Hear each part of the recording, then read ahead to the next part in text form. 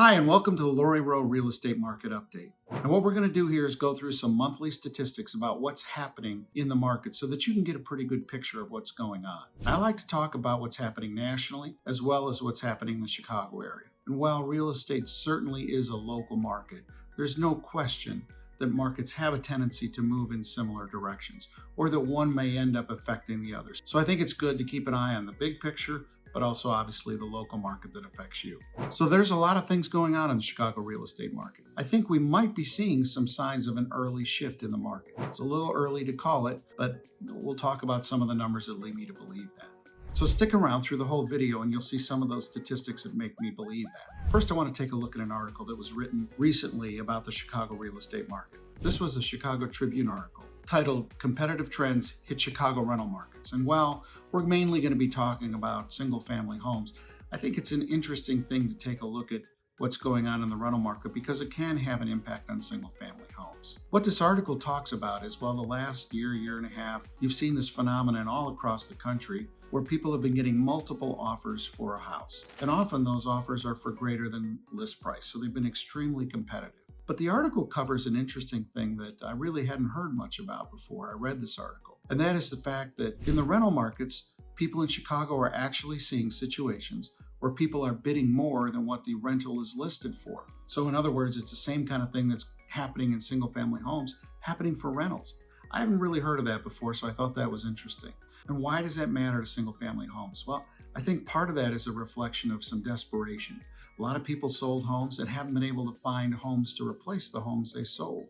So they're a little panicked, they don't have a place to live, and they end up competing for the nicer rental properties. I also think it's kind of a sign of a market at a top. But again, that remains to be seen, but we'll see what happens. Now, Chicago and the Midwest in general are typically not leading the country in what's happening with real estate. It tends to be a more conservative market. It doesn't go up as high in the up times, and it doesn't go down as low in the down times. But Chicago has been one of the hotter markets of late. Median rents in Chicago are up 6%, and that's higher than the national average in the top 100 markets. And Chicago is still way more affordable than many cities like LA or San Francisco or New York, but it is becoming more expensive. It's also worth noting that Yardi Matrix, which is a real estate provider of information and data, said that people are, quote, starting to flood back into the urban markets. This is kind of the opposite of what was happening during the beginning of the pandemic, where people left cities and actually started buying homes that were much bigger. If this is true and it does continue, it could begin to cool some of the pricing in the Chicago suburbs and draw some attention back to the city market. So now let's take a look at some of the market data.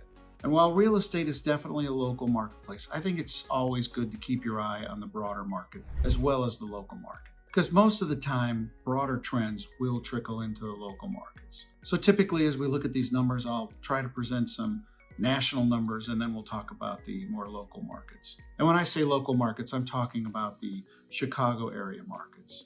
This is the market that the Rowe team has been focusing on for over 30 years. So let's take a look at one of the key market drivers, or one of the key boogeymen, if you will, in the market today, and that's mortgage rates. As you all remember, rates really began to shoot up in 2022. And so far in 2023, they've kind of stabilized and are bouncing around somewhere between typically 6.5 and 7. So as you can see from this graph, we continue in that sort of range, bouncing around in there. We're not really driving up much higher, but we're also not heading down. I don't think people are really expecting rates to head down anytime in the near future. Okay, so now let's take a look at actual sales. Sales continue to decline year over year. We had a little bit of a spike up nationally in the first few months of the year, but we're kind of back towards that downward trend. Sales for detached homes, and a detached homes would be not a condo or a townhouse, but a standalone house, we're down 30% month over month and 20% year over year. And for the attached market, we were up about 5% month over month, but down about 24% year over year. Now, I thought this was an interesting graph because it shows that while sales are down, it hasn't hit all price ranges the same. As you can see, the very expensive houses have been the hardest hit. That would be the $1 million and over. And they have seen the biggest year-over-year declines. The kind of sweet spot where it's been the least impacted is the $250,000 to $500,000 range. perception of this based on the data and also talking to people is a lot of people in the $250,000 to $500,000 range are having the kind of life events that require them to move into a different house. They're growing families, as an example, and they really have no other choice but to move in a market where interest rates are high. Those that are in the upper end have a tendency to have all the house they really need. There's no real impetus to move up because rates are high, and obviously the more expensive the home is, the more that would impact the monthly payments. So I think you're seeing people staying put at the higher ends unless they have to move. Things happen in their lives too. They could get divorced, they could be retiring, they could be empty nesters. Those are the kind of things that would typically cause them to move. But they're not just moving because they want a different house. I think that's going to continue for a while as long as rates continue to be high. Now let's take a look at how fast things are selling. So that statistic, we use something called days on the market, which is the amount of time it takes your house to sell from the time you put it on the market till the time it closes. Now you can see that days on the market for single family detached homes has actually increased by quite a bit year over year. In fact, we're up about 40% compared to last year. So things are obviously taking longer to sell. Now attached is actually slightly down about 2%. So what you're seeing is, even though inventory is still very, very tight, and we'll take a look at that later, but you'll see that it's very tight, especially in Chicago. You're seeing houses take longer to sell. So that sort of rabid need to buy something seems to be subsiding a little bit. And this is one of the things that I'm looking at as potentially the beginning of a signal of a market getting a little bit more back to normal, or back to kind of what traditionally it has been. So now let's turn our attention to the actual amount of homes available for sale, or the inventory. On a national basis, you're seeing inventory start to increase. And obviously that's going to be important if there's going to be a shift, if you will, in power from the sellers more to buyers, or at least to a more neutral market. Year over year, inventory is still down compared to where it was this time last year, nationally by about 6%. But as you can see here, the trend is beginning to trend up. But if we look at the Chicago market, you're not seeing exactly the same picture. In Chicago, the amount of inventory has actually remained pretty static over the last few months, but it's down 30% over last year. So inventory is going to feel very tight, or your options are going to feel very limited if you're in the market right now. We still have been seeing things coming on to the market right now being swooped up very quickly, but they tend to be in the lower price range. Stuff in the middle and upper price range is lasting a little longer than it was a year ago, where it was just crazy at pretty much all price levels. So if you have a lower priced home that's sitting on the market, there's either probably something pretty dramatically wrong with it in terms of what buyers are seeing, or you might have it overpriced. Now, the story with attached single family homes is pretty much the same. We've seen a slight uptick in inventory the last few months, but we remain 35% lower than this time last year. And obviously the lack of inventory is a real problem for somebody trying to buy a home. There's just a lack of options. There's also a pressure that people feel to move quickly before it gets taken away from them, or before something they see gets swept out from underneath them. Those taking advantage of this on the sell side are having a problem finding other homes. So that's, like we talked about that in the rental market. We've had a number of people that have sold and just decided to rent for a little while until the market gives them a few more options, and so they don't feel the pressure to get into something that they really don't like. And by the way, if you're on our channel and you're in this market, we have a nice video on creating a competitive offer in a very difficult market, so you might want to check that out. So inventory is increasing nationwide, but really isn't moving much in the Chicago area. So what's going to change? Well, let's take a look at the new listings. As you can see from this graph, new listings aren't increasing in any pace that's going to make a big dent, in the total inventory. So it doesn't look like anytime in the near future that's going to change much. Inventory relative to the amount of deals that are closing. And that statistic is typically referred to as months supply of inventory. And what this is basically based on the current rate of sales and the current amount of inventory, how many months supply of inventory would it take to fully absorb or fully sell all the houses on the market? Now, nationwide, again, we're differing from Chicago in that you're seeing the month supply of inventory nationwide tick up. In fact, we're at the 3-month supply level. And that's an important number because typically, and this is kind of a rule of thumb, is 0 to 3 months, power is in the hands of the seller. 3 to 6 months is a more neutral market, and over 6 months is a market that's in the buyer's hands. So you're beginning to see nationwide a shift away from the sellers having all the power to a more neutral market.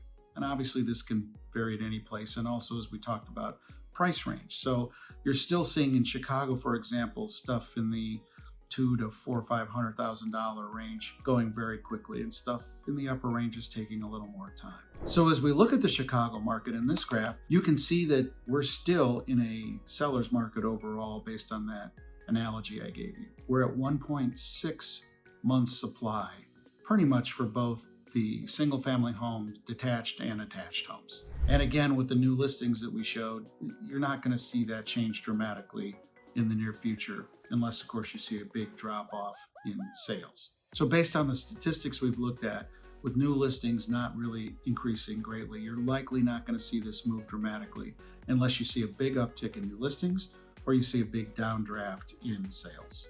So let's take a look at what all this is doing to the pricing of homes. Now, nationally, median housing price, you can see from this graph, actually took a dip as interest rates were rising. And as they began to stabilize, pricing kind of stabilized and has actually had a slight uptick in the last few months again. However, nationally, median prices are down about 2% over where they were a year ago. Regionally, we're seeing a similar picture. Now, detached housing prices are up approximately 2% from where they were last year, but they have been flat month over month. For attached homes, prices are up approximately 3.1% month over month, but down 6% over where they were a year ago.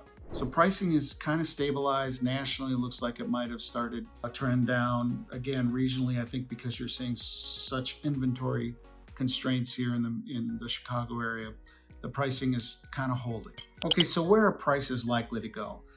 Always a complicated question, and there's a lot of factors, right? You've got mortgage rates, you've got supply, and then you've got the relationship of housing prices to what people can afford. Most people are not cash buyers and they need to buy with a mortgage. And so when we look at that relationship, there's a statistic called the affordability index, which takes the median income and the median home sales price and comes up with a ratio. So a ratio of 100 means a decent amount of people can afford it. A number over 100 means there's more people that can afford it. A number under 100 means less. Now, as you look at the national statistic here, you see that we've been declining, not surprising given we've had high rates of inflation, wages not keeping up with inflation, and the prices of housing going up over the last year. What you're seeing is numbers now that are below 100, which means there's less people that can afford to buy a house. Now, for comparative purposes, before the market took off, this affordability index was at 170, meaning a lot of people could afford a lot more house than they had. So as that number has come down, you're seeing prices actually start to stabilize, even decline nationwide, as we talked about. The local market's more flattish, slightly uptick in price, but not a lot. So if we look at the Chicago area, you'll see a similar trend and maybe a little bit better position in terms of affordability than the national trend, but still it's getting a lot tighter. I think that when you factor all these things in place, I think you're going to see prices not keep going up, likely to start coming down. I think you're going to see prices stabilize to slightly decline, and if inventory starts to build, that acceleration of price decline might actually increase. Now in Chicago, as we talked about, our month supply of inventory is very low, so there may be a little more room still in Chicago before we see what's starting to, I think, happen nationwide. All right, well, that's the end of our report. Just as a reminder, love for you to subscribe and follow our channel. We have a lot of helpful videos on real estate, and we'd love to have you follow us and comment if you like our content or if you have suggestions for it. Again, I'm Kevin Rowe. I'm part of the Rowe team, and we've serviced the northwest suburbs of Chicago and Lake County in Chicago for the past 30 plus years. If you're looking in this market, we'd love to be able to help you find a house or sell a house. So again, give us a call, like and subscribe. We'll talk to you soon. Thanks so much.